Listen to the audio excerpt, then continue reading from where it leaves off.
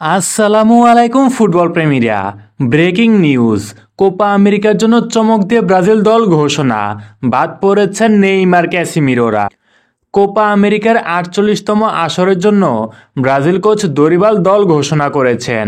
সে দলে রয়েছে চমক, বাদ পড়েছেন ক্যাসিমিরো।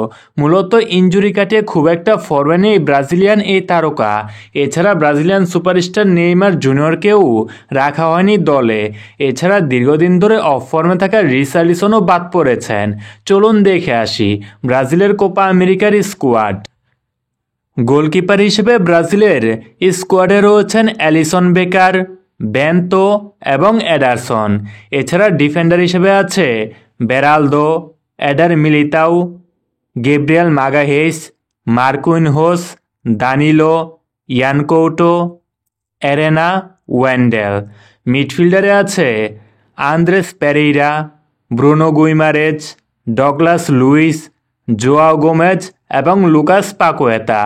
আর আক্রমণ ভাগে Endrick, Evanilson, Gabriel Martinelli, Raphinha, Rodrygo, Savinho এবং ভিনিসিয়াস জুনিয়র।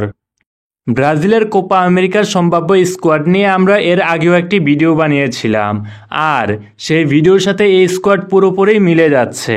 মূলত আগামী মাসের ২১ তারিখ থেকে শুরু হবে কোপা আমেরিকার ৪৮তম আসর, আর এই আসরকে সামনে রেখেই এই দল ঘোষণা করেছে ব্রাজিল। অপ্রত্যাশিতভাবে বেশ কয়েকজন খেলোয়াড়কে হারিয়েছে ব্রাজিল, তারপরও ব্রাজিল এ দল নিয়ে আশাবাদী। আর ভিনিসিয়াস জুনিয়রের জন্য এই কোপা আমেরিকা হতে যাচ্ছে খুবই স্পেশাল, কেননা তিনি যদি এই কোপা আমেরিকায় ব্রাজিলকে ফাইনাল পর্যন্ত নিয়ে যেতে পারেন, তাহলে নিঃসন্দেহে প্রায় অপ্রতিরোধ্যভাবেই এবারের ব্যালন ডিওর উঠবে তার হাতে।